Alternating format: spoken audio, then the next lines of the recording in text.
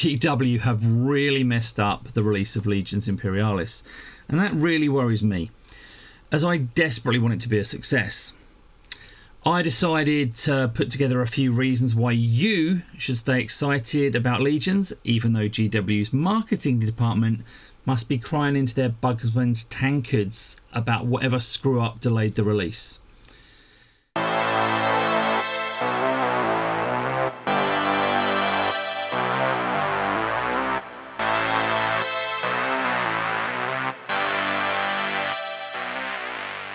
So, back in the day, and by that I mean the early 90s, I loved Epic. Almost every weekend I'd head over to my best mate Dan's house and we'd play one of the 3 big GW games. Now, back then, that was 40k, Warhammer Fantasy and Epic. And he absolutely thumped me every time we played 40k. His Ultramarines had the measure of my Eldar, and I never figured out how to deal with my lack of transports and the huge open spaces we left when we set up the terrain. And that's partly because we set up 40k the same way that we set up Fantasy. Talking of which, I didn't beat him as consistently as he beat me at 40k, but I generally had the upper hand there. But back then, the other of the big 3 was Epic. I had a copy of the original Space Marine, but it was the 2nd edition that we always played. And later we added in Titan Legions as well. Now, that was the game where the win rate never really swung far from 50-50. And I've always thought that was a huge part of why I loved it.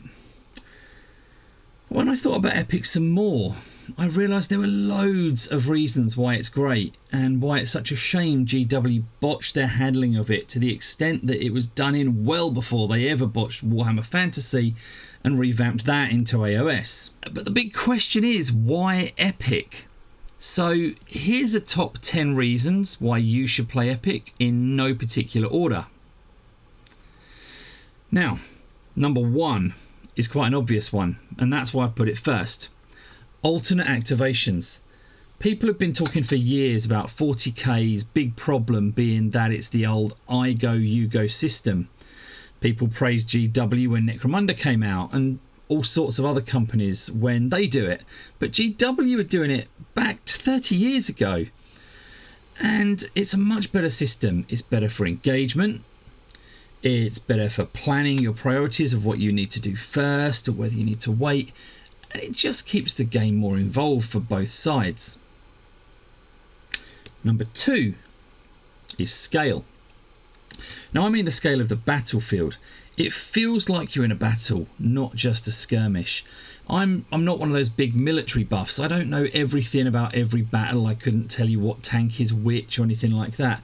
But I've read a lot of books about the Peninsula Wars and Wellington beating up Napoleon's generals. And I know loads about the Warring States era in Japan when people like Toyotomi Hideyoshi and Tokugawa Ieyasu unified the country. So I feel like a battle with just a few small buildings and maybe a churchyard doesn't really feel significant enough. I want my battlefields to feel epic. So all those lovely buildings you get in one game of Epic just makes it feel like we're actually taking over a whole region.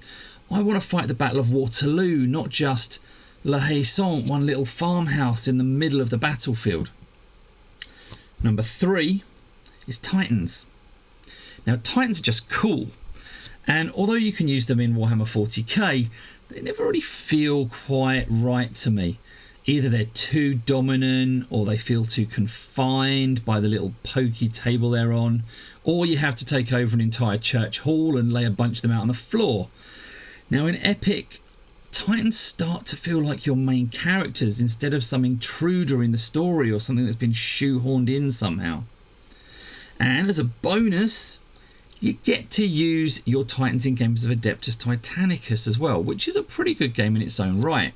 The modern version, I mean. The old version, of course, was excellent as well. But these days, I've heard good things about Adeptus Titanicus. And whilst we're talking about scale and big things, let's talk about some of the other models. Makes them feel really unimportant when they're just one of hundreds and they're that big compared to a Titan that's that big.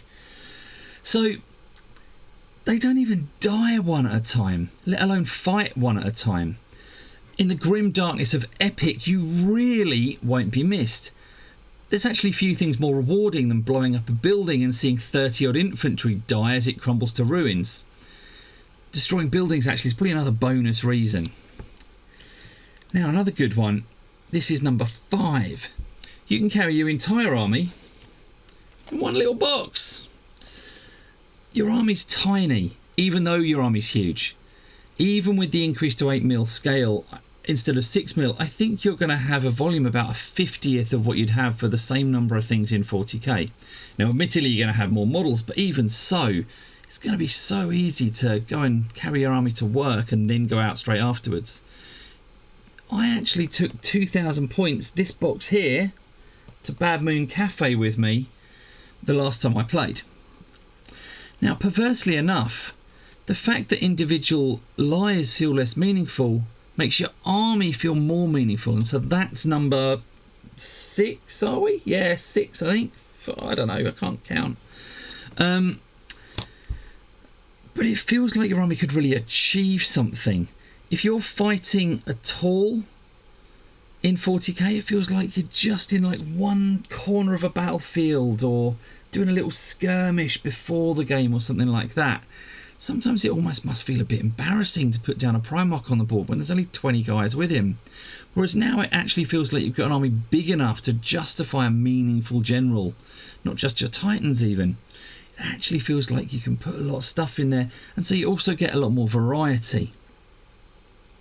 Now, one that I realised playing this more recently is I've started playing a Net Epic campaign that a friend of mine has organised through the London Wargamers Guild, and where I was at Bad Moon the other day, is the scoring.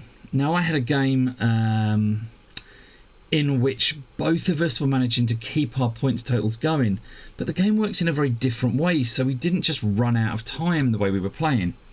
You generally go on until you reach a set number of victory points, and that might still only take the same number of turns you're used to.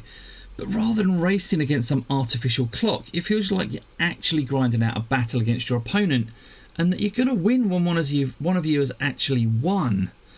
Now, I really hope they keep that sort of mechanic for Legions Imperialis, and if they don't, I'm going to try and play some games like that anyway. Now, the other thing is that painting an army is quick. I started this slow grow that I just mentioned. Paul is the guy who's running it, actually. Hi, Paul. And I needed 2,000 points for the first campaign day early in September. Now, I already had my 2 Warhound Titans and a bunch of infantry stands and rhinos based, stuck to them, you know, and that sort of thing, and undercoated on a Friday night. But then in 12 hours on the Saturday, I managed to paint my entire army all in one go.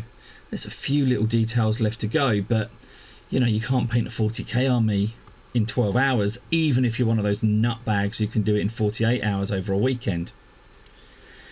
Now, one more thing is the lore, and this one's dividing people a little bit, but I want to convince you that it's not a bad thing, even if you're worried about it right now. It was Space Marine, the original Space Marine, that established some of the earliest lore for the Horus Heresy.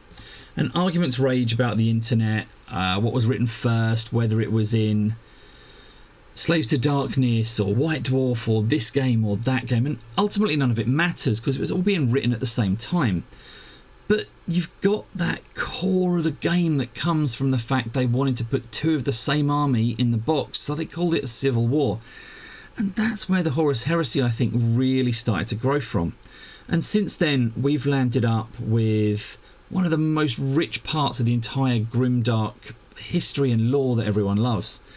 We've got the origin story, we've got the 28mm books and black books and the game there that I love as well. You've got the Black Library stories, and there's going to be loads more still coming from that now. Some people say it's a shame that there's going to be no Eldar and no Orcs and no Tyranids at the start, but I say we've got some extra things coming from Marines. We've got the Solar Auxilia, and if this game turns out to be a success, People are going to throw in Eldar and Orcs. The Games Workshop, if they think this system has got legs, they're going to keep it going, and that's going to be with expansions for other races. I believe and I hope. And I've saved one of the big ones for me until last. Orders. You have to try to get into your opponent's head, at least during that phase. And it makes you feel like you're really the general of your army, directing from on high rather than this omnipotent presence that is just moving everything exactly right and knowing exactly what you want to do exactly as you do it while your opponent is helpless. And in Epic, you really have to think, right, what is my opponent going to do? What am I going to do? And sure, sometimes the choices are so obvious, you're going to do that. But other times it's, right, where's he going to go with that model? How do I make sure that I pin him in place? How do I not miss the shot, but also try to guarantee I get to shoot first? It's kind of like zooming out for that phase, so you've got this top-down view. But then you get to zoom in and have a bit of more active role. There's another game like that I love, which is Space Fleet. You have to set your orders for your ships in advance and try and anticipate where your opponent's going to go. And once you've set your movement, it's too late. Later, you get to do the fine-tuning of exactly what you shoot in both Space Fleet and in Epic, which I think is more like the tactical level of what your commanders on the ground are doing. But I think that's absolutely brilliant. And there's just so much that's great about trying to get inside your opponent's head and then second-guessing myself whether they figured out that I've figured them out, and have they figured me out that I've figured them out, and so clearly I'm unable to act on what I figured out. It's brilliant. It's the best part of the game, I've realised. So that's my top 10. If you're interested in the game anyway, I hope you stay that way. If not, then I hope you maybe are going to give it a go. But if you're watching this, the chances are you are interested, and maybe I've given you some ways to convince your mates that they should give it a go as well. Now, that's where I'm going to leave it. If you are interested in Legions Imperialis, make sure you tune into Arbiter Ian's channel. We're going to be doing another Tale of Four Gamers series and building our own Legions Imperialis forces as soon as Games Workshop actually release it, of course.